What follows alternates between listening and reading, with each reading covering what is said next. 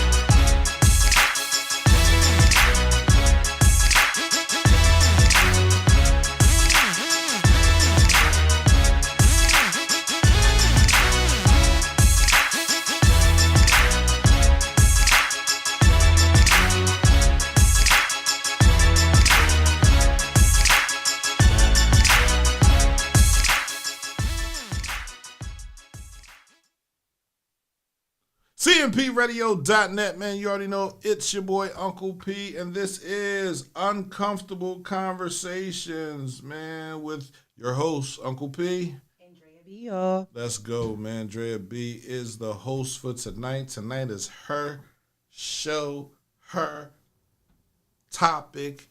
And we're going to break it down, man. We're going to break it down. So, share this one time for the one time. I'm sorry, I'm knocking things over. Okay. So this topic is regarding like your core beliefs, self-limiting beliefs, and how like our self-limiting beliefs can like really impact our productivity.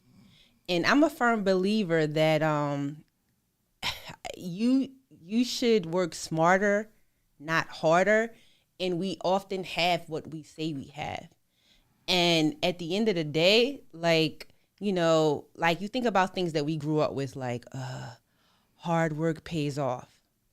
Okay, I'm not saying hard work pays off, but I'm not saying hard work does not pay off. But like, if you didn't have to work hard to get the things you desire, would you really work hard? Because I'm gonna be honest, like, I don't want to work hard. If I want to work smarter. Period. What is smarter? When you say working smarter, it's almost like you're telling the person that works hard that they're not working smarter. No. So all right. So say for instance, most people work an 8-hour shift, right? Right. If I could have a profession where I could work half those hours. Oh, you want the soft life? Hell yeah. I say that then. Hell yeah. So for a female can look for that. No. It's not about being a female, though. It is. No. It is. No. It is. No. No. You can't. I mean, it might sound crazy to some for a man to say, I want a soft life, but ain't no man gonna say it like that. I know he's not gonna say it like me. Soft life. He's not gonna say it like he gonna say it just like you, girl. I ain't trying to work. I'm trying to have a soft life. Yeah. No, I know that. I'm not. No, I'm just saying. Boy. But the thing is, I don't think maybe me being a woman, it might sound a little better. It's not like I don't want to work, but if I don't have to work hard, why I want to slave if I don't have to? Nobody should want to slave if they don't have to. Nobody should want to slave if they don't have to, but it also requires for you to value who you are and listen to your purpose. See, most people that slave don't listen to their purpose. They never asked. They never prayed and waited for the answer. They just got to doing it. So most people, when they work hard and they feel like they're slaving, are just doing it because they got kids to feed. They got bills to pay. You know what I mean? Sometimes you got to let shit go. I did. I had no other choice, right? Shit wasn't going the way I wanted it to go. Well, things were actually moving the way I wanted to go. I wanted something else. I knew it was in me to do something else, to be something else, to see something else. So that's where the radio station came from. I don't work hard. I do have to work hard at times. Okay. But it's not a 24-hour work hard situation. So, and that's not a soft life either, because there's a lot of unseen things that are happening in the background that you have me like. So is it frowned upon for a man to say Absolutely they want to? Absolutely. I don't think that means you want to be lazy and not work. That's exactly what that means. Because I'm not saying I don't want to work. You just want a soft life. You're a female. You can do that. You are a woman. You can do that. I don't want to say female because, women get mad when you say female. I don't understand that. But, like, real, seriously. I'm going to put myself on the camera so y'all can see me because I know everybody like, where he at? Right? I'm here. Bang. Right. So now you can see me. And you can see I'm not laughing. I'm not smiling. I'm serious. Like, women can say they want a soft life. That's allowed. A man can't say that. Why not? Because we can't. It's a double. What's the word that y'all use? That's not fair. How do y'all? I know what you're trying to say, and I can't think of it. Why can't you think of it? We both can't be up here having brain farts. But I feel like, why? If you don't have to work hard, I understand from a man's perspective. It's like it might make. Soft life has always been equated to women. So I get the terminology, but maybe using a different terminology. Like I want a career that allows me to spend more time with my family. You don't get that. Men don't get that. Why don't they? Because we don't. If we want to provide for our people, we have to work. But who said anything about not working? No, I'm saying a career that allows you to provide for your family is going to be a career that takes you away from your family. You don't have a career that allows you to, let's say, all right, a man, right? He gets into a relationship with a young woman. Mm-hmm. He says he wants to go to school. Okay. What do you want to be? I want to be a doctor. Okay. You know how hard it is to become a doctor? Yes. Right. And that's a career that allows you to take care of your family. But you know how many hours you have to spend at work? You're not, aside from the vacations you get to take, let's say, okay, you don't want to be a doctor, become a lawyer. You know how many hours you have to spend fighting cases and looking up law and all that other stuff. You're not able to sit at home with your kids and make it to PTA and do all these things. If you want to be a successful lawyer, now, if you're just okay with putting Esquire behind your name and riding around in an old Volkswagen, that's cool. But if you want to be a successful lawyer so you can take your kids on vacations and do different things, you got to put the hours in. Let's go to construction. You want to be a builder, you want to create things, you got to put the hours in the beginning. Now, later in life, you'll have your time to enjoy it. But by that time, your kids are grown. Maybe 20, 23, 24, 25. They're not little anymore. You missed a lot of time. For men, that is something that you have to judge against. For women, it's okay because you just want a soft life. You just want to stay at home and not do too much and not have to do. I'm not trying to work hard if I don't have to. Okay. And that's cool. I'm going to give you an example. Go ahead. Give me an example. So I follow a couple people, a lot of different celebrities and stuff. Local celebrities, big time celebrities, people get money off of content creating, right? Mm-hmm. So there's this guy, I think his name is called Truth Hurts. He's not a therapist or anything. He's just a relationship expert. He content creates. Right. So again, that's an unconventional way of making money, right? Which allows him to provide for his family. It's not a soft life. I'm not saying it's a soft life, but you're not breaking your back. You're not, punching a clock at somebody's corporation. He's up creating videos. He has to create a certain amount, at least 10 videos a day. You have to create at least 10 videos a day and be able to post them to be able to go viral. To be able to really put the energy, you got to put the energy in. So there is no place where you can go and walk up to them like, I just want to chill at home all day. No, I get that, but I'm saying work smarter, not harder. Not saying that he has to work. I'm not saying it's just easy for him. Every content creator, including myself, I work hard, but I'm not truly invested in becoming a content creator. That's not really why I did this. You feel me? Like I get you. there are certain things missing from what I want. Okay. You know what I mean? All right. Like, so yes, do I want the radio station to be able to make money on its own? Absolutely. Right? Do I want the radio station to be able to take care of the place that it's in? Absolutely. Do I want the radio station to take care of me? No, I can take care of myself. And maybe that's where my fault comes in. You feel me? Because I can go make money. I was before. You know what I mean? So I'm not really looking for the radio station to pay me. But when things aren't happening for me, I need the radio station to give me something. You know what I mean? Because I poured into it for so long to get it to this point where it's at right here. The equipment that's in here right now, and this was bought with my money. You understand what I'm saying? The equipment that we use when we go out and we do different things in the community, that was bought with station money. You understand what I'm saying? So it's a difference. Yeah. So I know the hours have to be put in. How many Right. hours a day? I got to read emails. I got to create videos. If I don't create 10 videos a day, then that's 30 videos in 3 days. That's a whole month of videos. So I literally got to make 3 months of videos in a week. And if I can't make 3 months of video, that's 210 videos in a week. That's hard. I'm not saying it's easy, but you're not like doing back-breaking. Boy, you ever try to make 4 videos on different topics? No. Try that. And then you say, all right. So would you rather I'm not working brain? I'm not working at no Acme or no Amazon. I'm not lifting no boxes. Okay. I'm beyond that. If that's the kind of work you're talking about, that's beyond me. My son can do that. His friends can do that. That's cool. I'm not doing none of that. I need to be in the office. I need to be typing on the computer. I don't need to be uplifting a whole bunch of boxes and sweating my ass off. I'm good. So if that's the kind of work you're talking about, then yeah, I'm cool with not doing that. But if you told me that a fucking Amazon employee can make $1 million, I'll be in there lifting boxes. Without a doubt. You can pay the $1 million if you go in here and lift 50. I'll be lifting those boxes because I'm trying to get to that $1 million.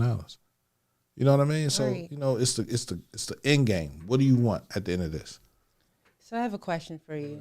So do you believe that you've had any self-limiting beliefs that have like hindered what you thought what was possible for you?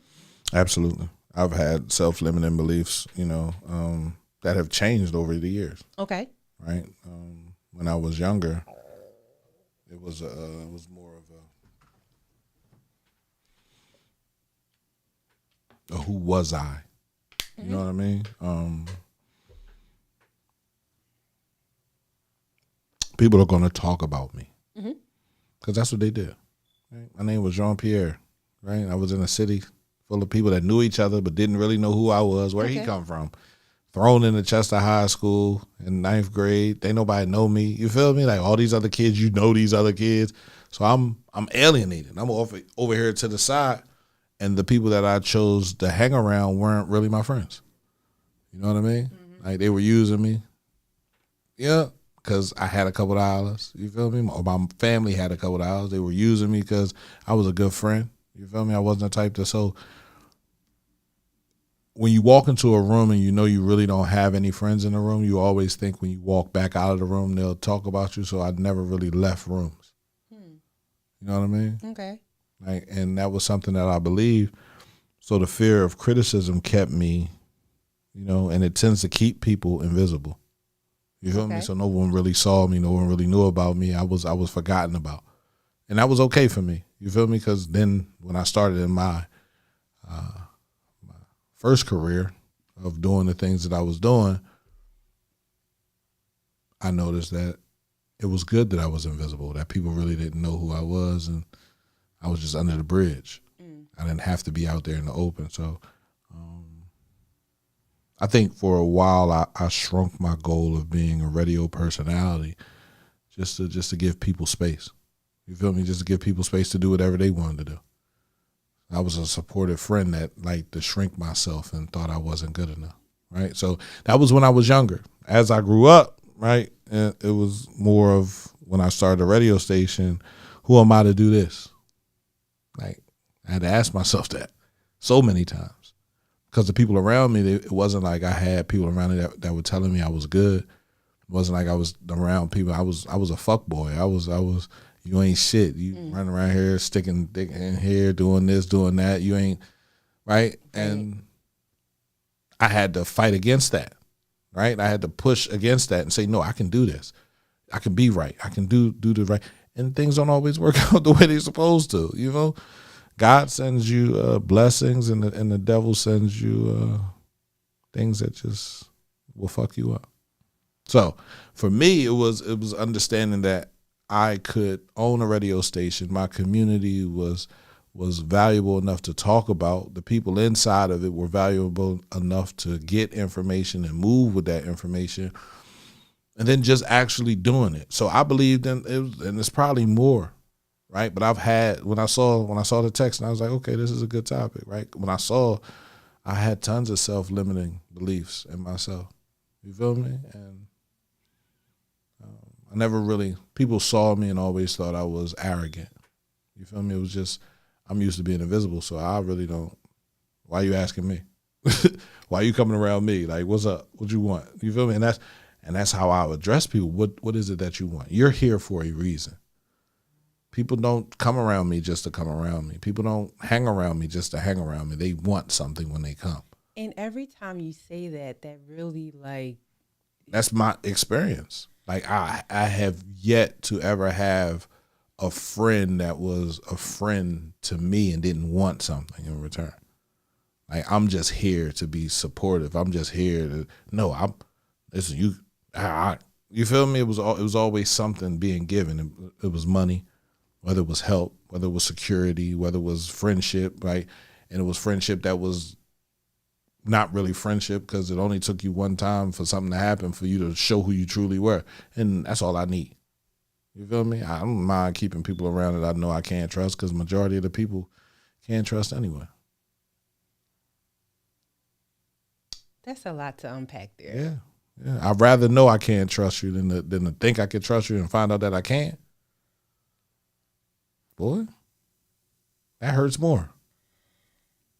Yeah. And I feel like you still, like, even though I feel like you moved past a lot, it's still, like, heavy. Why wouldn't it be? It's my life. The fact that I can talk about it should tell people that I've healed from it. I still weigh you against the same, though. How can you heal and forget about the injury? You're not supposed to forget about it. You're supposed, now it stays on the scale, and you weigh people against that. Okay, so I go ahead. I'm going to be transparent, as I always am. I feel like everybody has their own way of dealing with things and healing. However, I feel like when you really have moved past something, that the things that were done to you that hurt you, you tend to remember, but it's not like when you talk about it, it doesn't feel so fresh, or you find yourself not talking about it much.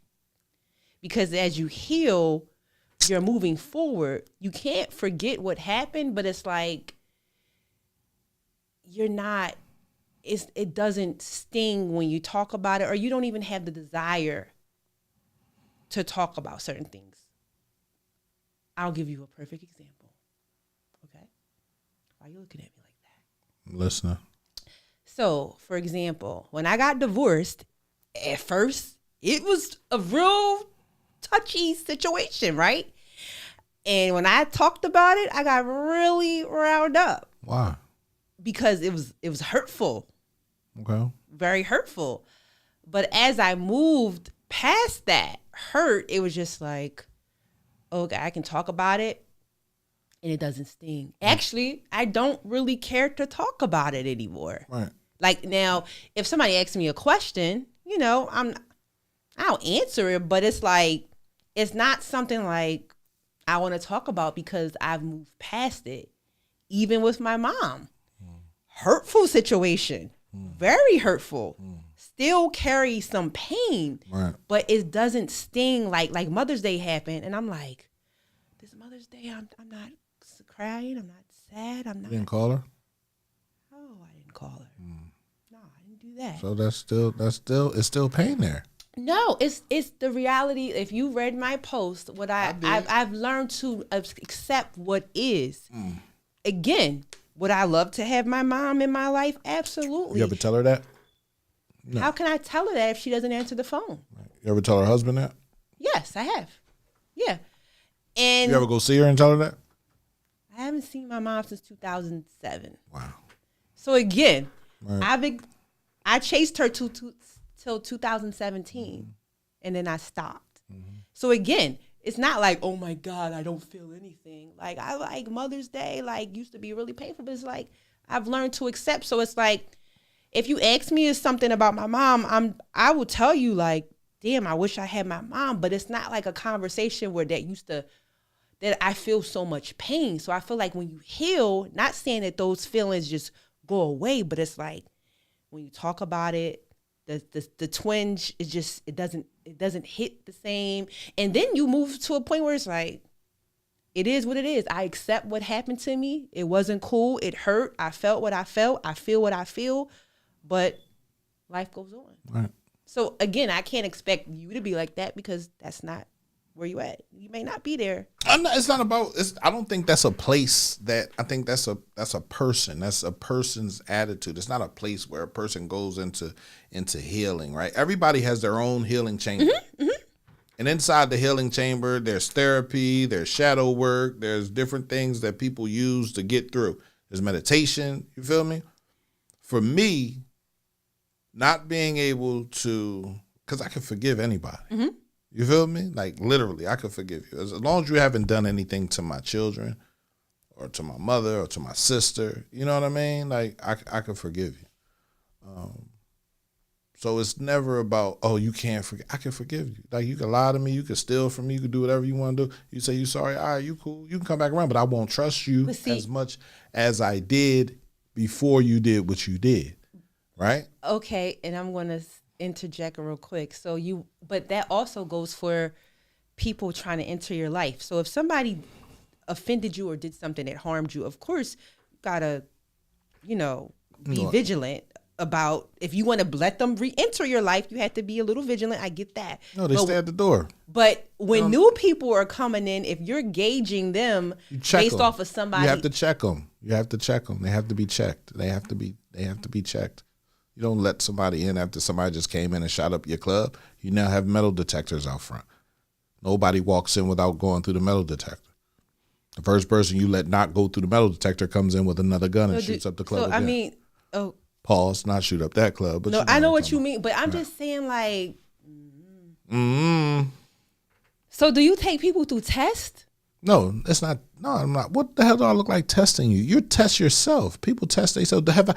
Since we've been friends, have I tested you? I haven't given you a reason to. Right. So then you should know how I. But it's based off of people. People have this thing about themselves where they cannot keep up a lie for too long. A girl comes around you, she's sweet as shit, she's helpful, she's nice, she talks sweet, and then all of a sudden the sweet talking is out the door. Once you realize she's not going to and once the sweet talking goes out the door, everything else goes out the door too. But you can still stay around, you can bend over, I'll gladly take that. The fact that just slid off my tongue? Yes, that says a lot right there. What does it say? Tell me what it says. That I take what's offered to me. Yes. What's wrong with that? I don't take anything from anybody. What? Break it down. Keyword, you said you take what's offered. So yes. No, you don't take anything, but it's offered to me. So I'm taking what's offered. Just because if I offered you a water, did you take it? I was thirsty, so yes. Right. So there's a time when a man has needs. There's a time when everybody has needs. Everybody has needs. So if you offer me something, but you can be selective on who you accept the offer from. I am selective on who I accept the offering from. Very selective. Very? There's not. You very selective? There is. I am very selective. Oh, okay. Right. I don't. There's no STDs over here. That has not. STDs don't have anything to do. I've been running through the streets of Chester for a long time. Now, I ain't got no gonorrhea, no chlamydia, no AIDS, no herpes, and there's a lot of people out there that got it. We're not talking STDs. We are talking. You're talking about me bringing energy in, and I said if someone offered me something, I'm gonna take it. And he was like, "Oh, you're very selective." So then the topic changed, and we started talking about receiving something. And I said, I have no But problem. why did you have to go to sex? Because that's where I'm typically am. I'm always at sex. I'm a man. I am a man. And what does that We mean? are typically always at sex. There ain't too much else to talk about. What is we? It's so much to talk about. Like what? Life. What about life that don't have to do with sex? Pierre. Come on, talk to me. Don't get mad at me. I'm not mad, but like you're very wise. You're very intelligent. So like, and a lot of that wise energy and that intelligent energy is wasted on most of us. So why would I continue to have, not you, but why would I continue to have a conversation when people don't even understand why I feel the way I feel? So again, come on, you getting mad? Why you getting mad? I'm not getting mad because it's like you have choices just like I have choices. I do. And if you choose to surround yourself around people that are not intellectually stimulating, then you will continue to be having these conversations that are surface level. Yeah, I have those surface level conversations with surface level people. You know, people do live on the surface. You know that, right? I don't. Well, you're having a conversation with me. So where you want to take the conversation is where the conversation is going to stay. We can lift up. Let's lift off for a minute. Let's go up into the air. What surface? What level do you want to be on? Pierre. What? Pierre. Really? We having a conversation, aren't we? We are definitely having a conversation. So let's not have a surface level conversation. We're talking about self-limiting beliefs. Yes. Let's take off. Come on. Okay. So your thought process sometimes it baffles me because I just be like, because I can operate in multiple rooms. No, that's not it. What is it? That's a great quality. So to be able to operate. So what? But it's like, what baffles you? The fact that like when we talk about women, every time we get to women, it's just like your mind just shifts and it just go to a place where I'm like, what were we talking about with women? Well, I don't know how we even got on a subject of sex. How do we even get there? I don't even know. You said something about STDs. I don't even know how we got there. We were talking about sex before. How? How and did I we said get they there? offered me something and I take it. Yeah, but why did? And I said I'm very selective. And you I said, are you really selective? I said yes, very selective. I'm STD free. I don't have any STDs. See, a man that's not very selective, he typically deals with a lot of STDs. He typically, like, that's what happens when a man is not selective. He's anything. So I said I'm very selective. Now, you will take what's offered to you. You have to come in and offer it to me, absolutely. And everybody, there's not a lot of women out there that want to offer anything to any man. And if it is, I'm not running into them. Do you even believe that? I do. There was a time in my younger years where it was at least 12 women. 12 women? On the roster, absolutely. So, I'm going to have a moment of silence. Why are you going to have a moment of silence? 12 women on the roster. Yes.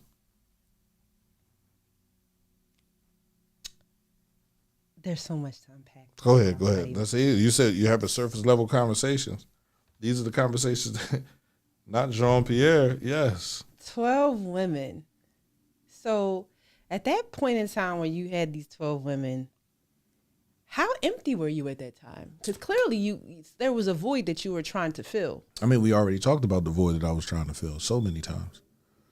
So there's no need to ask a question again to get the same answer.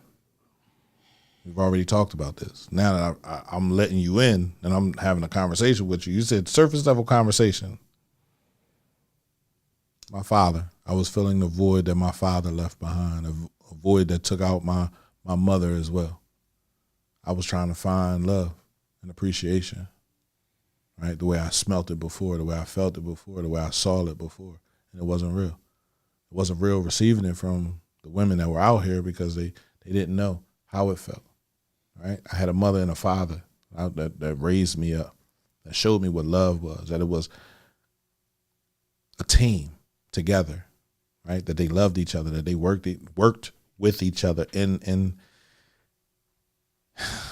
unison, right? didn't work for me. But the sex was good, so it kept me. Right? It was nice to be able to do that. So I did it. But every time we have these conversations, it's no judgment. But it's just It is judgment. It's it's not judgment. Don't say it's not judgment. It's okay. It's okay. It is. How is it judgment? Because I want to because understand. you're asking me questions, so it's when you have questions, you're judging. How? I'm trying to understand. Because you always say it's no judgment, but it is. Because I don't have any room to judge you. Okay. I don't. Then continue to ask the questions. Now you just threw me off. I know. You get thrown off real easy. I don't. Self-limiting beliefs. That was the topic. How did we get here? Because we were talking about people that come in here, they have self-limiting beliefs. They believe that if they give somebody something, they can have control over them. They believe that if they bend over, you can have control. You can't do that with vagina with me. I'm going to take it, but you don't have no control over me. That's your fault. It's not mine. I have had it enough to know that I can get it again, whether it's from you or somebody else. And see, this is where I don't know if it's a gender, because of our gender and just our personalities being different. See, Double standards. I'm going a whole nother way because I'm like self-limiting beliefs. I know, like, for instance, if you had someone in your family that's saying, oh, well, nobody in our family ever went to college, so I don't think you're going to be able to go to college. And you believe that because nobody else did it. There are people. That's self-limiting right there. Absolutely. There are people that believe that. There are people that believe that, they're going to sell drugs because their dad sold drugs. They're going to rob people because their cousin robbed people. Like, I believe that coming up. Wow. Because that's what I saw. That's what I wanted to be like. I saw a lot of fear in people's eyes when they looked at my family and my cousin. I wanted that fear. It was respect, but it was fear. Do you want somebody to respect you off of fear, though? That's respect for who you are as a person. You're talking to the 46-year-old me. I'm talking about 12, 13, 14, 15, 17, 18, 19, 20, 21, 22, 23, 24, 25, 26. 26-year-old me. All the way up to 26, from 12 to 26. That's what I wanted. That's the fear. That's the respect that I wanted, fear. But then you come to see that wasn't really respect. It was just fear, and that when some people are scared of you, they'll do anything to you. You feel me? So then I had to change up. I had to switch up. And when I came home, it was a different respect that I wanted. Wow. So when I have these conversations with you, and it's very, it can be challenging having these conversations online because I don't have a good poker face. Why? So when you say certain things, your face is my face just be like, I don't be meaning to, but I told you. I can't help it. But I told you from the beginning, I've been every name in the book. There's no name a female can call me that I'm going to feel any type of way about. None. Number one, I'm not even trying to argue with a female. I'm not even trying to be in a space to argue with you about how you feel about me. That's a personal problem. I know what I'm doing. I know how I'm working. I know what I want to see. If you don't want to see half of the things that I want to see, that has nothing to do with me. We're working. We're trying to help the community. We're trying to help people understand who they are. Uncomfortable conversation. So if I'm not willing to be forthright about who I was and the type of things I did, how do I expect anybody else to do that?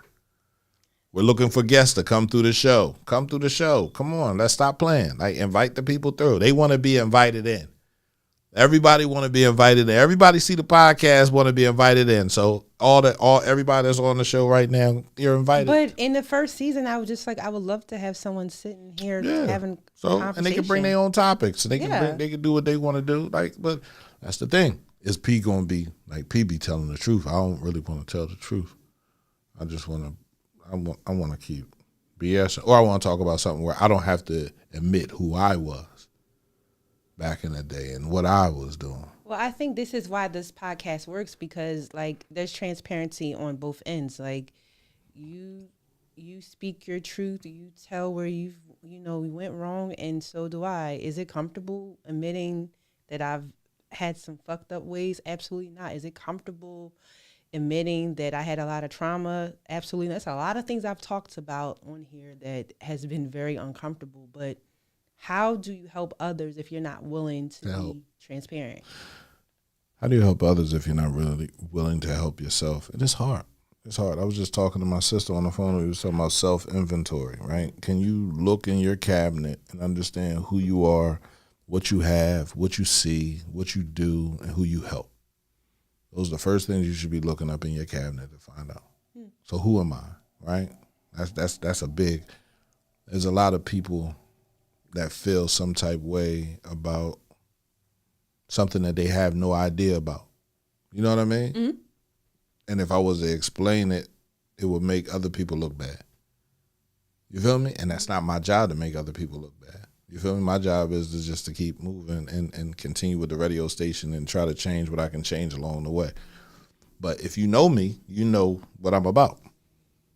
If you don't know me, then you don't know what I'm about. And so then you believe whatever you want to believe and you take the narrative and you run it down the street. There are people that want you or me to be a certain type of way. You know what I mean? I'm not talking about anybody in particular. I'm just talking about the people, right? And because you're not that way, they get mad. They get upset. They want you to change.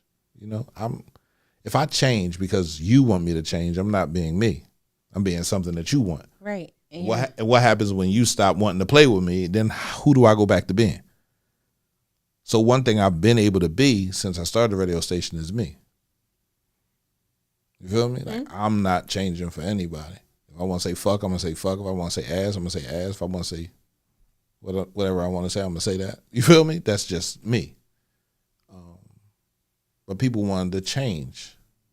Don't curse. Stop fussing.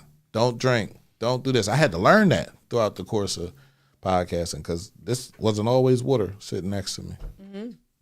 That was when I was hurt. I got a divorce in 2016. I started the radio station in 2017. So for the next 3 to 4 years, I was still hurt over the divorce. Still mad, still frustrated. So if anybody came into my space at that time, bro, like, it wasn't a good space for you to come in.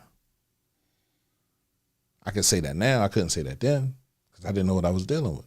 But I can look back on it now and say, damn, I was tripping. Yeah, but this is random, but I feel like sometimes the conversations we have and when we start talking about women, I feel like, again, some of your earlier experiences with women have shaped how I judge them. And but it's so... No, I have to... how can you let somebody in without judging? How? So you just going to let a nigga in? I didn't say that, Pierre. You are saying that. I don't get you. I don't get on you and say, oh, all right, you like this guy. You think he's cute. You feel me? Not that you do that. Right? Okay. You don't do that. Okay. But if you were to say, I now look at men and ask them certain questions to get certain answers. And if you give me a certain answer, you're put over here.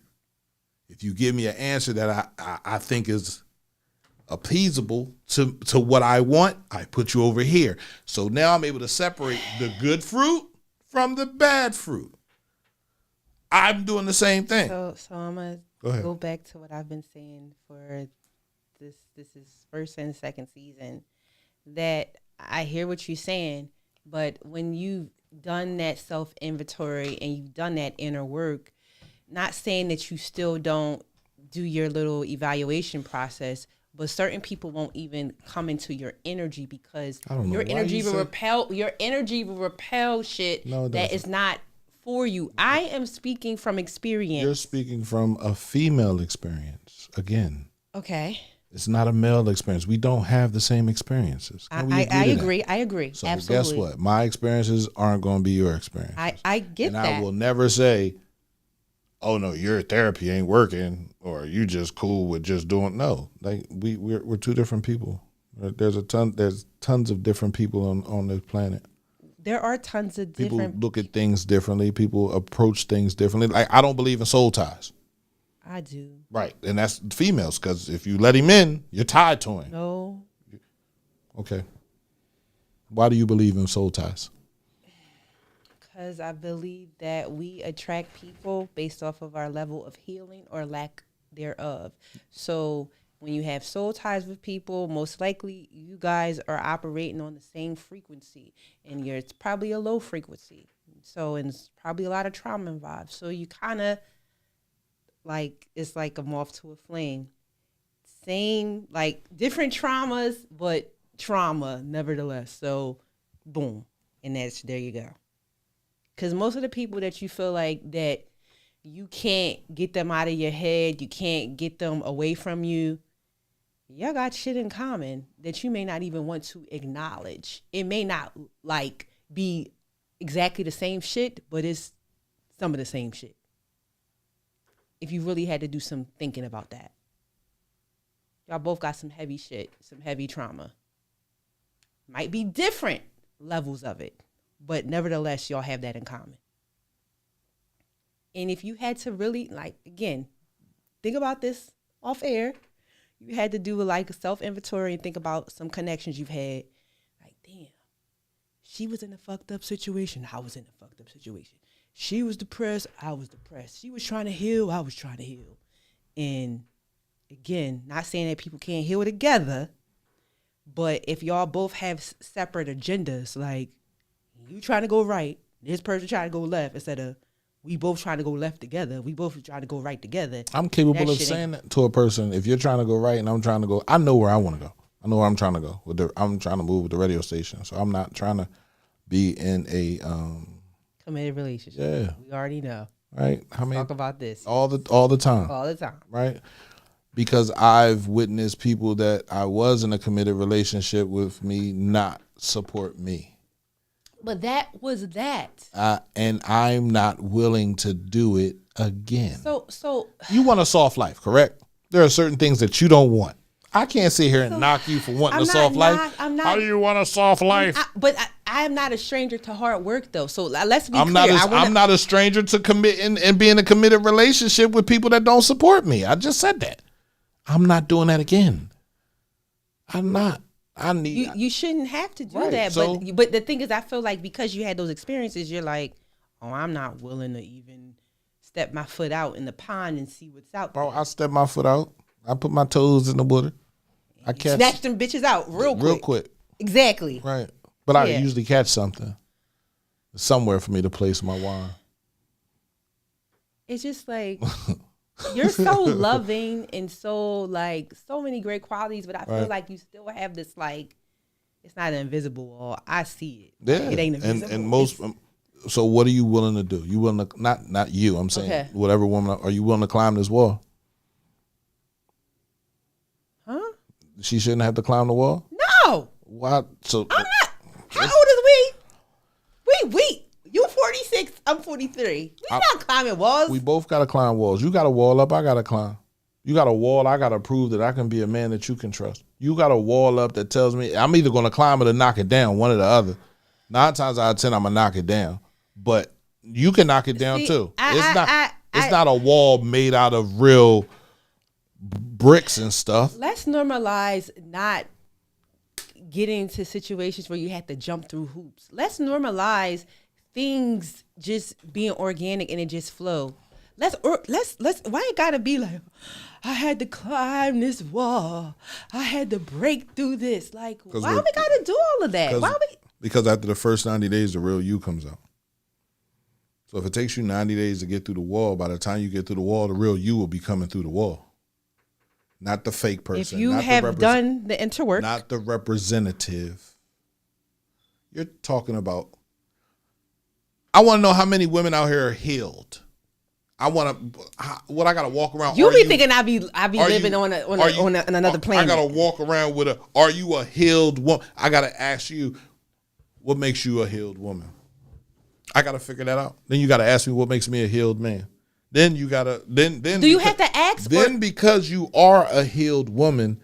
Now, when I tell you all the things that I've gone through, you be like, that doesn't sound like you're really healed because you're still experienced. We all heal differently. We do. So if from the rip, if you're talking about that don't sound like I'm healed, then you don't even know what healing truly is because we don't all heal the same. Nope. So you can't judge me on my healing. If I'm sitting here, if I'm brave enough to sit in front of you and tell you I'm healed and tell you what I've gone through and tell you how I'm looking at life, you should be able to say, you know what? That sounds like a healed man. Everybody has their own way of healing, but when we continue to repeat certain patterns, that doesn't seem healed. What? I'm not in a relationship. I'm not just speaking for you. I'm not just speaking of you. I'm just speaking in general. When people say I'm healed, I'm healed, and I don't, and I used to do this, but you're still doing the shit. So how are you healed if you continue to do the things that have hurt you, have caused you to get in a situation that hurt you? How are you healed? You're repeating the same patterns. No, what? Not you. Not me. I know you're not talking about me. I'm trying to answer that question because you're asking me. Mm-hmm. It's not the same. It's different. Something that made it sound the same or feel the same has been erased or has been left out. Now, if I am dealing with somebody, I'm not cheating. You understand what I'm saying? Now, if I am dealing with somebody else, they know about each other. Okay. There's no more games being played. So I'm gonna just right, because I don't want to play any games, but I don't want to continue a narrative that isn't seen by both of us. Meaning, I want and I need for this radio station to do what it's supposed to do. That's all I really want. I don't want nothing else. I've already had a wife. You know what I mean? So unless you plan on being a better wife than she is right now, a better wife than my ex-wife, I don't really need a wife. I can call my ex-wife and get dinner. I can call my ex-wife, you feel me, and chill over there on her couch, and that's not a sexual situation. But no shade, there's no sex. But if you got divorced for a reason. I got divorced because we were young. You feel me? We were super young when we got married. We grew up together, and sometimes you grow up together, you grow apart, right? Yeah. And that was understood. I didn't want to continue going down the road that we were going down because it wasn't healthy for my children. Okay. Right. So, it wasn't because she didn't hurt me that bad. I believed I hurt her more than she hurt me. This is what I noticed, and this is gonna go off subject, but I noticed this when I talk to men in general, minimizing their feelings for somebody else's feelings. What do you mean? Like you said, oh, yeah, I probably heard. I heard you say something about her being hurt. I heard her. You hurt her more than she hurt me. She hurt her, but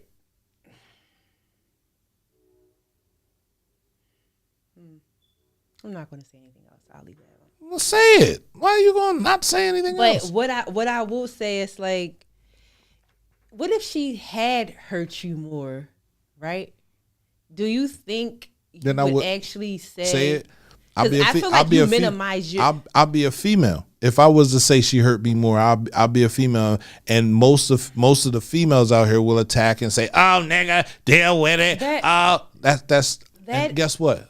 I've learned not to go into that shit. And see, that's my whole point. And I'm saying this as a woman. No, I'm not. I've sat here and said how many times I was hurt. So it's not even a question that you have to ask. So my whole point is, as a woman, I think it's really sad that oftentimes. Then talk to your women. Go ahead. I'm gonna take myself off the mic. Often sad that men have to minimize the pain, the hurt that they've experienced at the hand of maybe us. Stop being a bitch, nigga. You know what I'm saying? I don't think that's cool. And again, I have to take accountability for that as well. Like, I'm very conscious about like how I speak, what I do, what I don't do, because again, like, a lot of men be carrying hurt, and it's like it's not that bad, nigga. It really is that bad. But because you don't want to look like a bitch, because you don't want people to clown you, like, that nigga crying on the joint, she must, and then niggas go after her. You feel me? But I've had conversations like because you feel like, oh no, I'm gonna get this nigga. Have fun. But I'm not. That's one thing I've never been concerned with is what another nigga do. If she gave it to you, if you ain't rape her, you good by me. See, and every time I know that comes from a place. Ho. You know what comes from a place. The fact that you can just be like, I don't care. It comes from a place because you've been hurt. I've been hurt by I've been hurt by more than her. So I've been hurt by more than her. So that's my point. There hasn't been a female that I've ever been in anything with that didn't lie to me about something. So again, when we have these conversations, it's like you're numb to certain things when it comes with. Why wouldn't I be?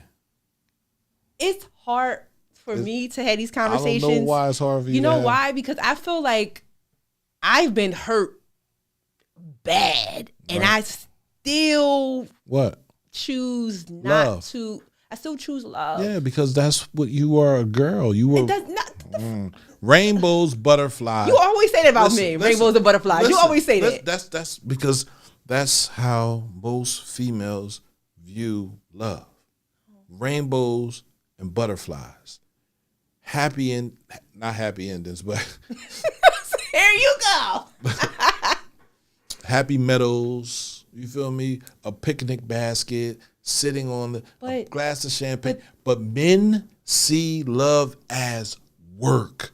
This is fucking the Sun shipyard before they tore it down. Work. Can I tell you I gotta work for this relationship to work. Go ahead. Can I tell you a little secret? Mm-hmm.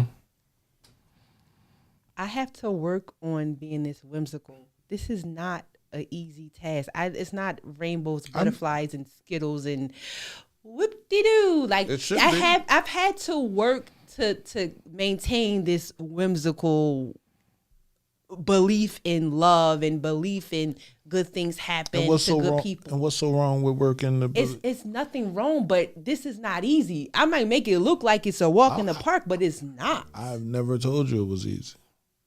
So you don't have to tell me it's not easy, because I know it's not easy, because there are women out here that won't even try to do it. It's so very I know hard. I know it's not easy.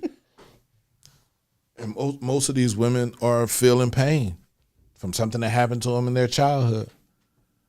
And so now they don't want to admit, you know what I'm saying, that they need to have this whimsical feeling about love. See, that whimsical feeling lets you love again. But a man, right, can't have that whimsical feeling about love because it doesn't feel the same. We're from completely two different planets, bro. You always say that, and right? I understand. And I need for people to stop thinking they can be on the planet that the other sex is from, because you can't. You can be a gay man and still be on the same planet as all the other men. You just like men. You could be a gay woman and still be on. That's why the the gay relationships between women, they end in divorce and more battery and beating up of each other. Some relationships be crazy. Some of them. You look it up statistically, it'd probably be like 80% end in divorce and somebody getting punched in their throat. The other 20% don't end that way because they're able to talk and communicate and say what they want and they see what they. No. Come on, man. So for me, I know what love can do. Mm-hmm. I would love to fall in love with somebody again. But you seem pessimistic. I'm pessimistic because I have another goal. And if I would have been on my road correctly when I was younger, mm-hmm. I wouldn't have fell in love when I did. And I would have been able to get this shit out of the way. And I wouldn't be chasing it now. But because I didn't, and I chased love in the beginning, you don't get love at the end when you chase love in the beginning. You get purpose. Now I have purpose. You can't have it both. You can, but you need someone that sees your purpose and wants to help your purpose. Not somebody that sees your purpose and wants you. You need somebody that wants to help your purpose. And if you find somebody that wants to help your purpose, they always are uplifting with their words. They're always insightful with their thoughts. They're always helping your dream blossom or grow. So that sounds like alignment, right? If you're not aligned, you can't force alignment. You can't force alignment. You can't. There's no way. So stop. Let go. And if you can't let go, let God. Shit. Did anybody comment? Anybody say anything? Because I won't be looking at the comments. No. Aisha Staples was on this joint. Rich Bly. He says she's speaking facts, bro. Forgiveness without trust is throwing away a key to a rusted lock. Well, WD-40 helps that lock. So I don't know what you're talking about. I just feel like if you were listening to me talk about like, I don't trust men and this, that, and the third from my past experiences, what would you say to me? Stop. Have I ever said I don't trust women? Yes. Where? When I said because I have to judge you based on how you come to me? No, I never said you've said that. I have never said I don't trust women. You have what I said is the women in my past make it hard for the next woman. You also say that you expect women to do certain Yes, things. I expect you to do whatever you want to do. You're going to do whatever you want to do. You're in a relationship right now. You want to be in a relationship with that man. So you're not going to do anything you don't want to do. The women. Okay. Go ahead. Say what you're going to say. Because I've never said I don't trust women. You've never heard me say I don't trust women. I love women. I didn't say you didn't. Right? And I don't have a right now I'm dealing with a lot with my daughter in the hospital. Sometimes you just want to be by yourself. You feel me? So if I don't want to be bothered by somebody, it's not because I want to be bothered by somebody else. I don't feel like being fucking bothered, bro. I'm dealing with a lot. And that's okay. You feel me? So if you're not going to allow me to deal with that, then you're going to deal with my attitude. And you don't want to deal with my attitude. And I don't want to have an attitude. So I'm trying to. Well, how do people love you in those moments? It's hard. Yeah, WD-40, bro. Right? WD-40 can fix a rusted lock. You said. Yeah, how do people love you in that? Because the thing is, it's like you're going through a lot. I'm not telling you can't stop by. I'm not saying you can't come through. I'm not saying you can't bring me something to eat. You know what I'm saying? I'm not saying but right now, I've dealt. The only way I know how to deal with things that are uncomfortable is by myself. I've been by myself. So why do I now want to experience something completely different with people that I don't even know if I can trust you? You understand what I'm saying? Like that by yourself gives me space to heal correctly. You feel me? It gives me space to work on the things that I need to work on. I can't work on them things in a situation with you because you don't even know how to heal me for real. You're just here to occupy my time, and occupying my time is leaving me in this healing situation where it's going to take me that much longer to get the fuck up and fix myself. So give me space. I said it when my mom passed away. I need space. I've always been. But I also feel like that comes from being in situations when you were younger where it's like, it's nobody I could call or like. I had people I could call. They didn't really give me the advice my father would have given me. Right. So you've learned to maneuver on your own. So that's kind of a trauma response when you kind of go into that. I know that it is. It's hard to pull me out of that. I've talked to the therapist so many goddamn times about it. I don't want people in my shit. You come in my shit, you mess my shit up. Can I share something with you? This is really personal. I can relate to that. And there used to be somebody that when I went through, I would disappear off the face of the earth. Even when I was married, like I would be in the corner of the bed, like, don't touch me. Like that shit was weird. Like I don't even know how I maintained relationships, friendships. Like who wants to be bothered with somebody when they going through something, they go completely like. That's how I fix myself.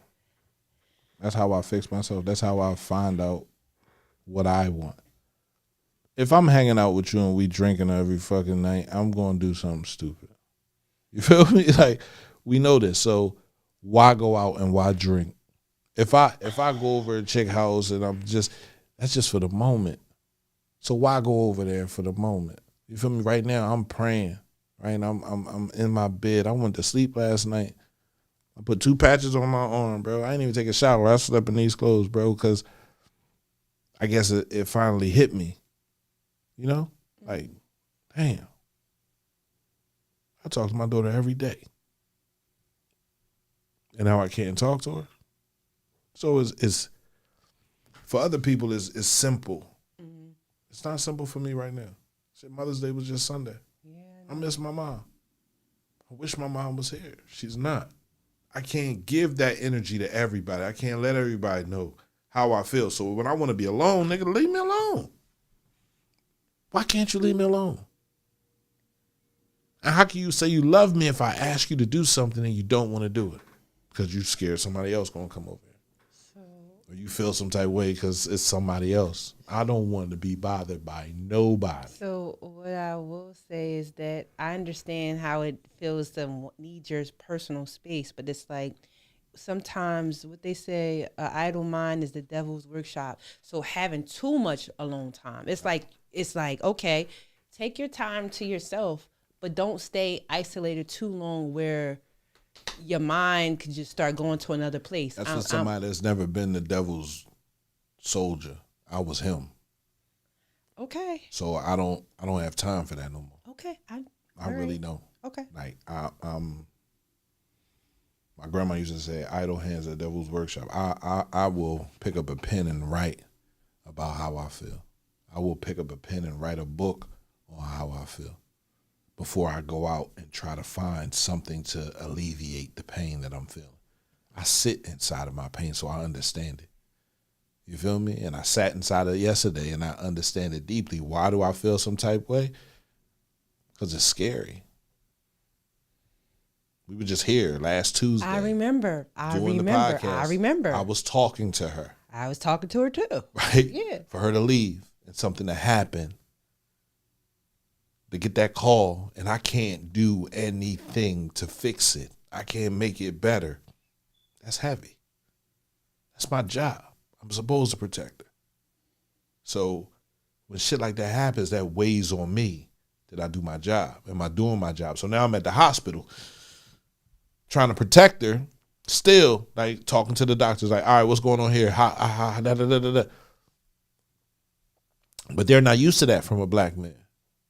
They're not used to a black man asking questions. They're not, well, why this? Why this way? You just used to doing whatever the fuck you want to do. No. Take her off the pain meds. If you want to find out if she's alert, take her off the pain. Bring her out of sedation. We bring her out of sedation, we're going to take the breathing tube out of her mouth. Well, how will you know if anything is wrong with her? It doesn't seem like you're trying to do a test to find out if anything's wrong with her. It just seems like you're trying to just keep her drugged up and start saying, oh, we need to do this and that. No. Let's find out if she's okay. Bring her out of sedation. It's been a week. No reason for her to still be in there. Ribs have healed up. Not all the way, but they're better than they were. So it becomes painful when you think about everything that you have to do. You know what I mean? So so for me, it's just like, yo, just let me deal with this. Please. Don't weigh on me too heavy. Like I'm not even at the point where I need people to call and check up on me because I don't. I'm alive. I'm good. You feel me? Like, don't call me with the fake shit. You're alive, but you're not good. I'm breathing. You're not good. I'm breathing. You're breathing, and I don't waste a second. Yeah. I think I'll be wasting more seconds on the phone talking to people about things that they really aren't that concerned about. I understand, but sometimes, like I said, like, I don't know, we didn't got deep. Wasn't trying to get deep, but a lot of times, like, you know, again, just like example of this conversation, like, people can be carrying, men particularly can be carrying something. It's like, oh, I'm good. No, the fuck you not good. Like, and it's okay that you're not good. Just don't stay there. You know what I'm saying? I didn't stay there after my mom passed away. You feel me? I got in my bag. I fell in my bag and I tried to come back out. And then I realized maybe some of the places that I was trying to come back out or hang out really weren't for me anymore. Right? Things change. It's not because I don't like a person. It's just not what I want to do. You understand what I'm saying? So I shouldn't be, penalized because I no longer want to play badminton, because I want to play basketball. You feel me? Like, go ahead. You know what? This very raw moment you had, it showed me how much I've grown, because I used to be someone, when someone's having a moment like that, I want to hover over them. Right. And then when they snap, like, like, give me my space. Then I'm like, oh, I'm sorry you don't like me. And then I make it about me, and then it just creates a whole it has nothing to do with me. you. Nothing. So it's good that you figured that out. Yeah. Need to teach that class to people. Like really, honestly, because most of us, that's how we feel. You feel me? When I don't know what to say when a person loses their parent. You know what I mean? All I can say is just, I can sit with you, bro. That's real. You feel me? Because it's hard. I don't want to say it's going to be all right, because I don't know if it'll be all right. Facts. You know what I'm saying? I don't want to tell you, man, listen, I lost my parent too. I know you don't want to hear that. So I'm here. If you want to talk about anything, get it off your chest. You feel me? Like, I support you in any way I can possibly support you. That's really all I have to offer, right? Is support. Speaking of that is a good point you're making, because when somebody is going through something and they're having a moment, it's not always the time to be like, yeah, that happened to me too. Sometimes you just need to shut the fuck up and let somebody just sit in their feelings. It just holds space. It's hard. It is. It is hard. It's beyond hard, because people don't realize just how much patience is needed. Like, patience is something that should be given. Patience and grace are two things in our community that we don't have a whole lot of, right? We got a whole bunch of attitude. Absolutely. Got a whole bunch of frustration. Plenty. We have a whole bunch of ridicule. We have a whole bunch of judgment. But patience and grace are two, like, very critical things that we need more of in our community. Patience with our children to allow them to grow, grace with their mistakes, patience with our friends, patience with our family, grace to them as well. So, you know, if you have patience, then you also give grace. Me and my son were talking about, he was like, man, I peeped you on the highway. Like, you got in the traffic. I said, bro, that's space I don't have to go anywhere. You know what I'm saying? Mm-hmm. I'm in traffic. He was like, I went around. I said, guess what? We ended up at the same space at the same time. Crazy. Right. He was like, true. That is went a different way. That is crazy. Yeah. But I said, that patience, that it opened up another lane for me. Mm-hmm. You understand what I'm saying? Like, where you was speeding through trying to find the other lane popped open. And it carried me. So you have to be patient, son. You have to give grace. And you rushing on the highway, you get into an accident, then what? I ain't buying you another car. Right. One and done. Didn't I tell her that when she was here? Yeah. I said, yeah, go ahead. Be careful. You did. And I didn't. So I kind of think I wish that on her. So I be thinking about that, you know, like, and give yourself some grace. You know, Pierre, you've taught me a lot, and you don't even know. Like, I've learned a lot from you. Even you be teaching me lessons without even not knowing. And help me tighten up in some areas too. Yeah, because we all need it. We all need a little tighten up. We all need a realignment. We all need to make sure we're adjusting and living life according to your Creator's will. Your purpose is given to you. He tells you what he wants you to do. And if you're not doing it, that's why you ain't living an easy life. You know what I mean? Like, so that easy life that you want. Coming for it. I'm coming for it. You got to figure out where that dream is located. Because you got a dream. You got something you want to do. You know, I don't know what it is. I have a lot of things I want to do. Well, you got to get them out. You got to do it. The longer you wait on it, the harder your life will get. My life got hard, complicated, frustrating. Then I started a radio station, and I noticed that inside of that, it was starting to get hard and complicated and frustrating. I'm like, what the hell am I doing wrong? And why is it not working? Like, what do I have to move? What do I have to remove? Like, just tell me.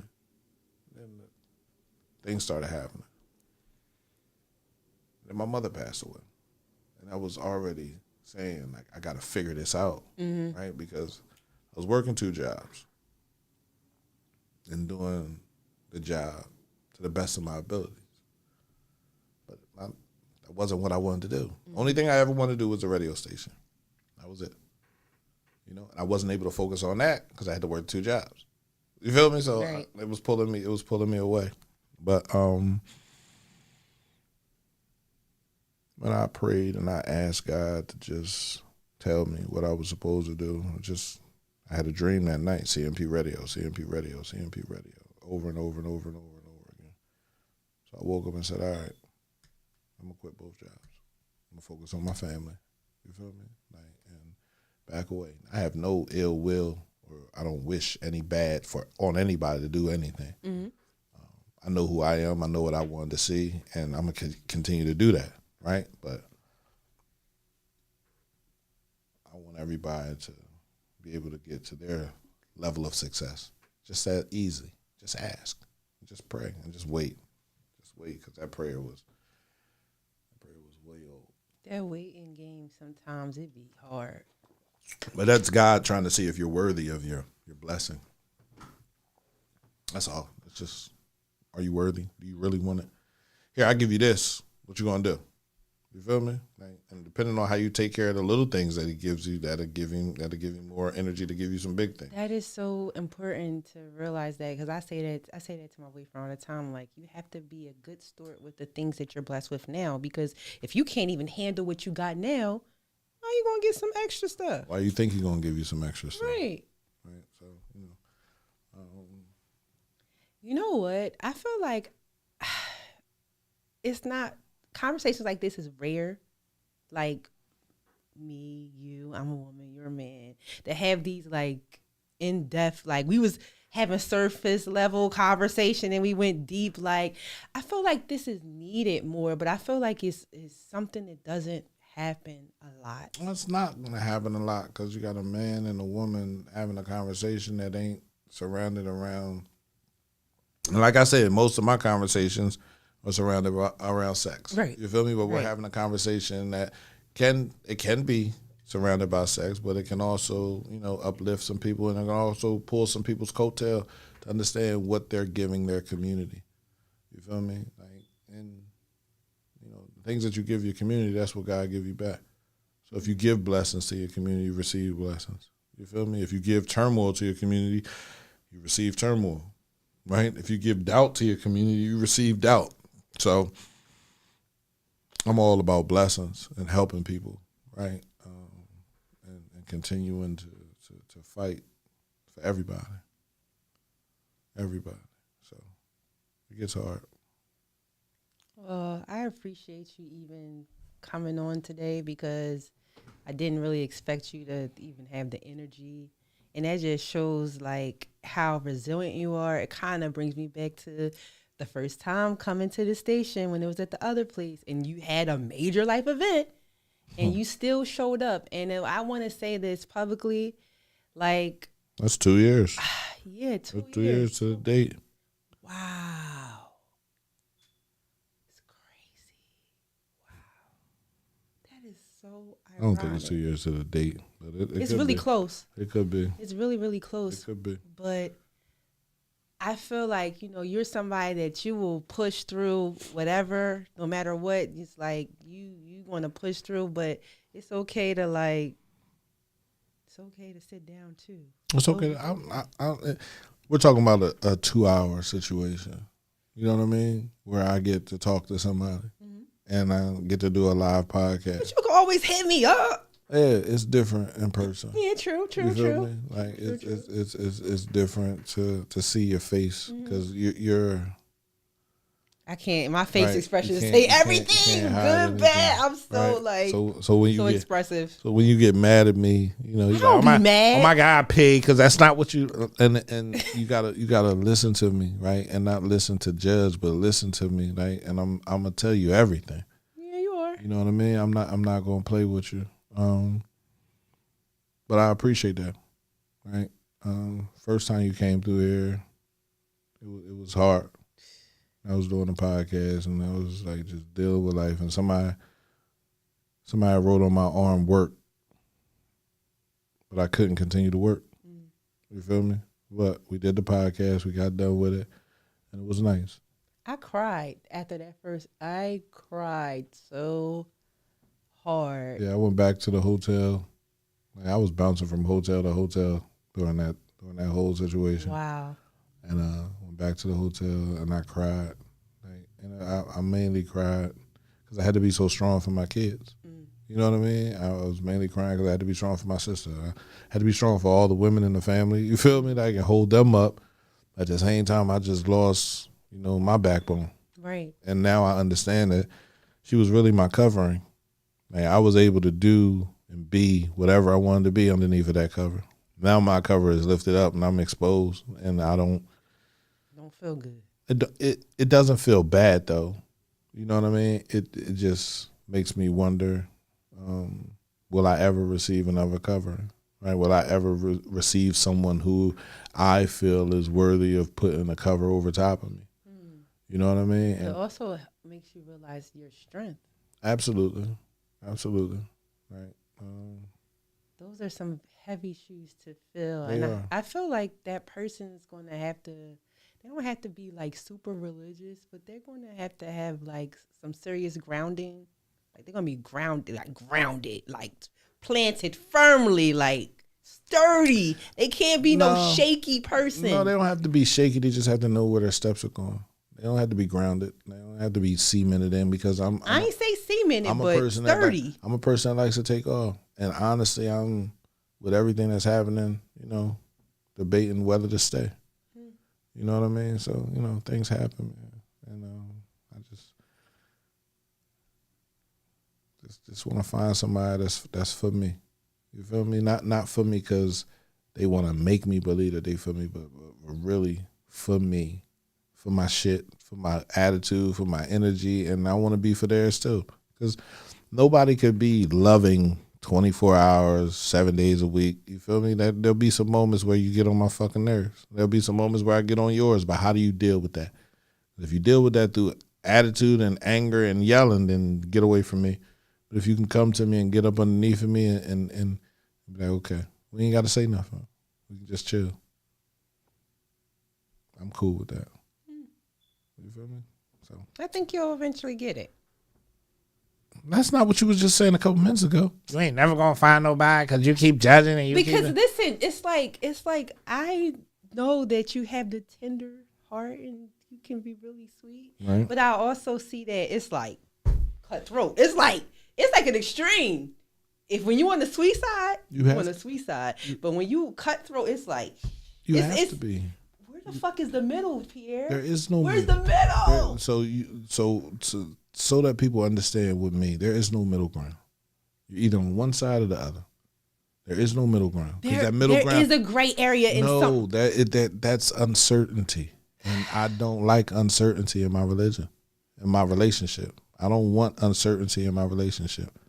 If we're going to be uncertain about something, we're not in a relationship. There is no middle ground. Listen, like I'm sweet and soft until I'm not sweet and soft. And it takes a lot for me. Where's the middle ground for you? There is none. There is. Where? There is. Where is there it? Is a middle ground. Where is it? It's not available right now. Right. See? So there is no middle ground. You can't talk about, where's the middle ground? It's not available. And it's not available. And that's the thing. We put it up like it is available, and then when someone steps on it, we're mad at them for stepping on it. So don't even have it. There is no middle ground here. It's A or it's B. It's not A and C and here's B. Because if you give them a B, they'll take that B. They'll take that middle ground where they ain't on neither side. And they don't got to give you too much, and they don't got to receive a whole. You speaking the whole word. Now you're asking where the middle ground at. There is none. In a relationship, there is none. Now in business, there could be a middle ground.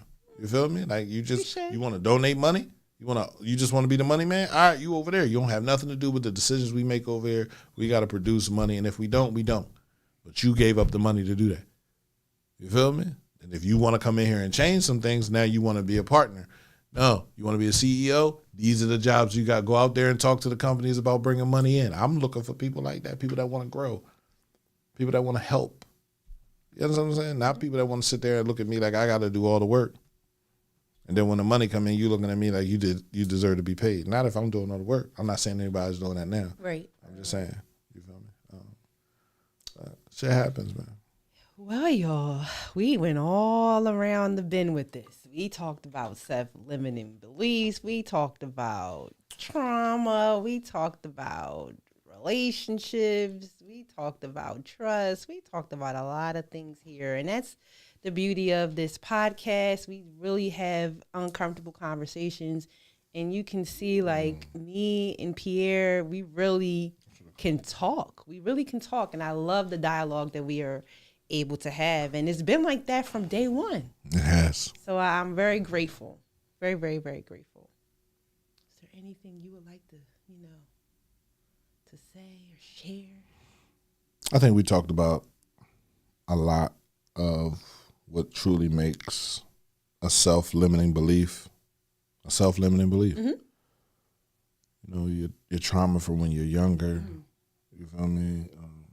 Things that you swept underneath the rug that now pop up and trip you, running through the house, right?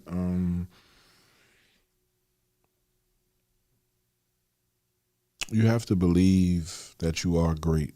You have to believe that everything is possible. Facts. You have to talk to yourself in one of the best ways possible. I don't care if you got to look in the mirror in the bathroom every morning you wake up. You feel me? I try to start every morning. With the affirmation. Man, you woke up breathing. You woke up blessed. You woke up blessed. Now it's time to attack the day on purpose. With purpose. With purpose. What that does is allow me to understand that and give gratitude to my creator for waking me up. Because he ain't have to. Facts. For making sure that I was able to get up and do something. So you woke up breathing, you woke up blessed. Now it's time to attack the day. Not just attack the day, not just go out and attack people, but do it on purpose, with purpose. So if I'm attacking you, it's with a purpose. It's with purpose for somebody else, or it's with purpose for the community, right? Mm-hmm. It's not about me. I have what I have, and I'm going to continue to get more of it. But I want you to realize how important it is to want other people to have things, to want other people to be able to experience things. It's not always about how much money you're making. It's not always about your soft life that you're trying to get to. We don't always see that. That's true. Right? But the beauty in living your life on purpose is knowing what your purpose is. Right? And this is mine. So, I'm going to keep on doing what I'm doing, and hopefully people can continue to do what they do. I won't put this disclaimer, y'all, because you talk about soft life. I'm not lazy, y'all. Yes, I don't mind working. She's like, I don't want to work. I work very, very hard, and I love the work that I do. But again, I don't want to punch the clock, my whole life. I don't want to have to work hard my whole life. I just don't. So, but I ain't lazy now. 3 things you have to do. Take one small action. Action weakens fear. Even a small step proves that belief doesn't control you. Watch your circle. Some people reinforce your limits because your growth makes them feel you better say it. Uncomfortable. And give yourself permission to grow. You do not have to stay loyal to an old version of yourself. All of these things that we can do to improve how we think about ourselves, how we love on ourselves, what we give to ourselves.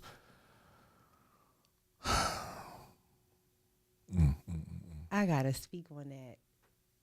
Give yourself the love that you give out so freely to others. Make sure you make sure you're top priority. And I don't want to ever sound selfish, but I'm gonna be honest. I used to be someone that put everybody first, and that didn't get me in a happy space. And once I started prioritizing my mental health, my happiness, life changed. Because when I'm at my best, I'm able to pour out more to the world, to my career, to the people that I love. So when you make sure you take care of yourself, you're able to pour more. It's hard to pour from an empty cup. Hell, you can't even pour from an empty cup, actually. No, nothing. Dust. You can't thrive while agreeing with every thought that tells you to shrink. At some point, you have to challenge the voice that says you can't because that voice may not be the truth. Facts. It may just be fear, pain, or somebody else's opinion living rent free in your mind. Fuck their opinion. I've been saying that for years. I don't give a fuck about how nobody feel about me. That's a personal problem. Right? So. Ooh, I'm cussing today. Ooh. Ooh. This has been another episode of Uncomfortable Conversations with your host, Uncle P. And Drea B, y'all. And as always, Drea B is reminding you. Can't heal what you don't reveal, y'all. Pay attention, y'all. Like, seriously. Like, heal yourself. Talk to yourself. Pray.